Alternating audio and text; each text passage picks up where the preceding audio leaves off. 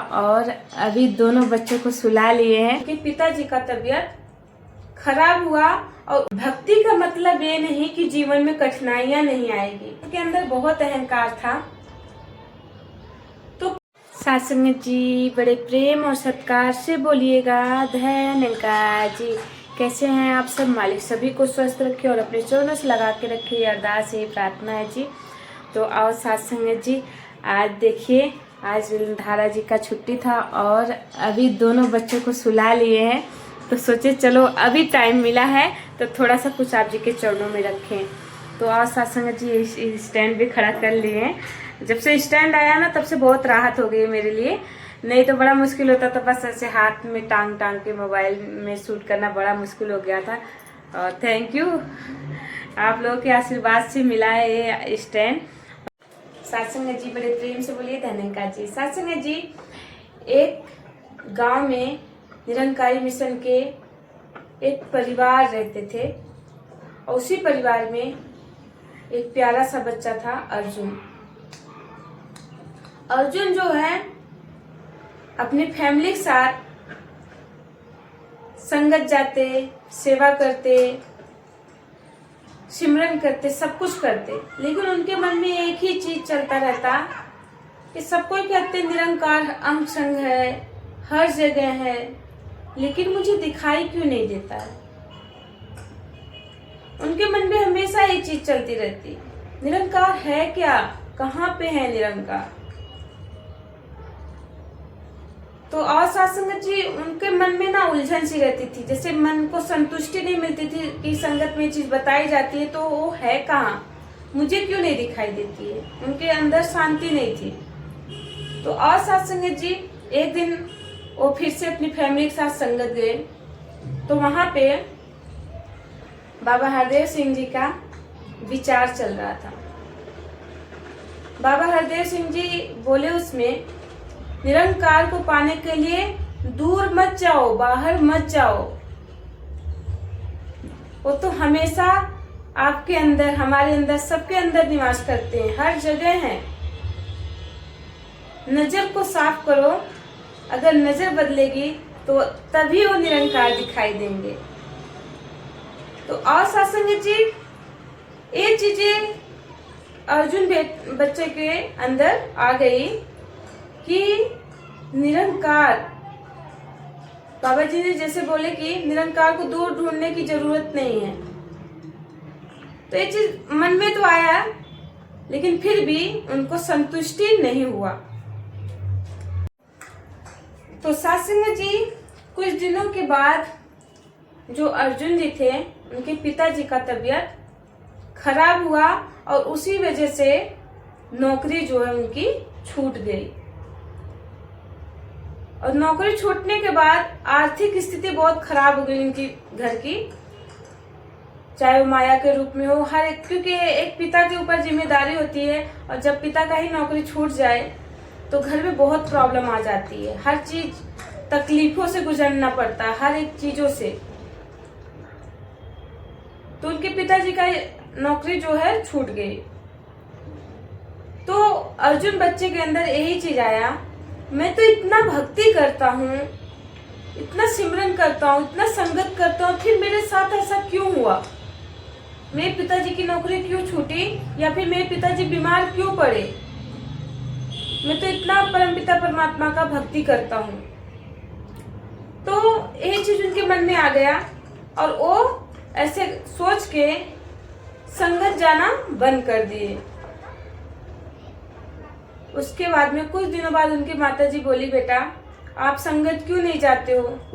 बोले, संगत किस लिए जाएं, हम इतना भक्ति करते, सब कुछ करते, लेकिन कुछ अच्छा हो रहा है क्या, कुछ अच्छा नहीं हो रहा ना। तो आज सासंग जी, उनकी माताजी ने बड़े प्रेम से समझाए, बेटे भक्ति का मतलब ये नहीं कि जीवन में कठिनाइयां नहीं आएगी। भक्ति का मतलब ये होता है कि कठिनाइयों में रहते हुए इस परम पिता परमात्मा का भक्ति करना, निस्वार्थ भाव से, कोई स्वार्थ ना रहे तुम्हारे अंदर। भक्ति का मतलब ये होता है इनका शुक्र करना। ऐसा नहीं कि बस हर टाइम सुख ही सुख हमारे जीवन में हो और हम ये कह रहे हैं कि हाँ हम भक्ति कर रहे हैं तो आगे हमारे जीवन में दुख नहीं आएगा। ये हमारा भ्रम है। भक्ति का मेन चीज तो ही होता है, चाहे आप कोई भी संत महात्मा का स्टोरी आप पढ़ लेंगे तो उनके जीवन में दुखों का पहाड़ आया है, लेकिन फिर भी उनका विश्वास जो है परमपिता परमात्मा के प्रति अटूट रहा है, बना रहा है, कभी डगमगाया नहीं है। भक्त वही होते हैं। जहाँ हम डगमगा गए तो हमारी कोई मतलब नहीं कि हम भक्ति कर रहे हैं। तो उन्होंने ये चीज समझाया अपने बच्चों को कि बच्चा ऐसा नहीं कि हमारे जीवन में कठिनाइयां नहीं आएंगी, कठिनाइयां आएंगी। कठिनाइयों में रहते हुए हमको इस परमपिता परमात्मा का शुक्राना करना और भक्ति करना, विश्वास रखना है कि एक दिन अच्छा भी आएगा। ये चीज उनको जो अर्जुन थे उनके मन में एकदम उतर गया। तो एक दिन उन्होंने माँ के कहने पे फिर से संगत गए। तो सत्संग जी वहां पे जो महात्मा स्टेज पे विराजमान थे, वो महात्मा एक प्यारी सी साखी सुनाए। बोले कि एक भक्त था जो कि मंदिर जाता था। भक्त मंदिर जाता था और वो बहुत ही उसके अंदर अहंकार, नफरत, गुस्से से सभी से बात करता था। तो किसी दिन एक इंसान ने उस भक्त से बोला कि भाई तू आप इस परमपिता परमात्मा को ढूंढ रहे हैं, ये तो आपके व्यवहारों में ही दिख रहा है कि निरंकार कहाँ है। निरंकार तो आपके अंदर भी है, हमारे अंदर भी है। आप अहंकार क्यों करते हो? आप माफ करना सीखो। कोई आपको गलत बोलता उनको माफ करना सीखो, ना कि आप भी गलत व्यवहार करो। तो आज सत्संग जी ये चीजें जो है अर्जुन के अंदर आ गई कि हमको बाहर ढूंढने की जरूरत नहीं है, ये तो हमारे व्यवहारों में निरंकार बसते हैं कि हमारा कर्म कैसा हो रहा है। मुझे अपने अंदर झांकने की जरूरत है। उन्होंने जो अर्जुन थे उनको अब समझ आ चुकी थी। उन्होंने अपने व्यवहार को इतना अच्छा बनाया, इतना अच्छा बनाया कि अपने जो गांव के बच्चों को फ्री में पढ़ाना शुरू कर दिए। घर में अपनी माता जी का मदद करने लगे, घर से सेवा शुरू करने लगे, घर में सेवा करने लगे, अपने पिताजी का साहस बढ़ाने लगे, उनकी मदद करने लगे। तो और सत्संग जी कुछ दिनों बाद अर्जुन जी के पिता का नौकरी फिर से लग गई और अर्जुन के मन को ये सब करके इतनी सुकून और शांति मिला जैसे कि वो आनंदमय हो उठा। तो आज सत्संग जी अर्जुन को सब कुछ समझ में आ चुका था कि निरंकार हमारे व्यवहारों में बसते हैं, हमारे कर्मों में बसते हैं, गरीबों के अंदर बसते हैं, अमीरों के अंदर भी बसते हैं, हर जगह बसते हैं, हर एक घट के अंदर बसते हैं।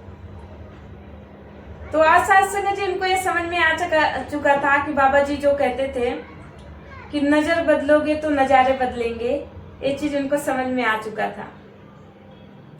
तो आज सत्संग जी इस कहानी से हमको ये सीख मिलती है कि कठिनाइयों में भी इस परमपिता परमात्मा का विश्वास ना तोड़े, टूटे ना उनसे, और भक्ति मजबूत करे। ऐसा नहीं कि हमारे जीवन में कठिनाइयां आई तो क्यों आया, हम इतनी भक्ति करते हैं। अभी इस कहानी से यही सीख मिला जी कि ऐसा नहीं कभी सोचना है कि अगर हमारे जीवन में कठिनाइयां आ रही हैं तो हम इतना भक्ति करते हैं तब भी क्यों ऐसे हो रहा हमारे साथ। भक्ति का मतलब है कि हम कठिनाइयों के बीच में रहते हुए भी इस परम पिता परमात्मा के प्रति अटूट विश्वास रखें, सिमरन करें और भक्ति करें और शुक्र करें और खुश रहें हर हाल में। और जिस दिन ये चीज करने आ गया तो उस दिन आप किसी भी स्थिति में रहेंगे, हर पल खुश रहेंगे। तो आओ सत्संग जी, उम्मीद है आप सभी को ये प्यारी सी साखी पसंद आई होगी। जैसे भी आप सभी को लगी ये स्टोरी, ये साखी, आप लोग कमेंट करके जरूर बताइएगा। ऐसे ही अच्छी अच्छी साखियाँ सुनने के लिए दासी के भी चैनल को सब्सक्राइब और लाइक कमेंट करते रहिएगा। कमेंट करके जरूर बताइएगा जी कि ये आप सभी को साखी कैसा लगा, कुछ सीखने को मिला कि नहीं इस साखी से। आप लोग एक चीज जरूर बताया करें, बहुत अच्छा लगता है आप लोगों को कमेंट और लाइक आता है तो। और बहुत बहुत शुक्रिया संतो। साथ संगत जी, ये जो दासी ने साखी सुनाए हैं इससे जो सीख मिली है, कृपा करना ये दासी भी अपने जीवन में ढाल पाए और दासी के भी बहुत अच्छे कर्म हो, बहुत अच्छे व्यवहार हो लोगों के प्रति, और उतना ही बोले जितना जरूरी हो, कहीं किसी को कट वचन ना बोले। यही आप सभी के चरणों में अरदास, यही प्रार्थना है जी। आप सभी अपने बच्चों को आशीर्वाद देना जी। और माता जी से ये अरदास, ये प्रार्थना है कि माता जी हम बच्चे नादान हैं और अपने चरणों से लगा के रखना माँ, कभी हाथ मत छोड़ना। प्यार से बोलिए धन्यवाद जी। मिलते हैं अगले वीडियो में कुछ अच्छी साखियों के साथ। धन्यवाद जी संतो।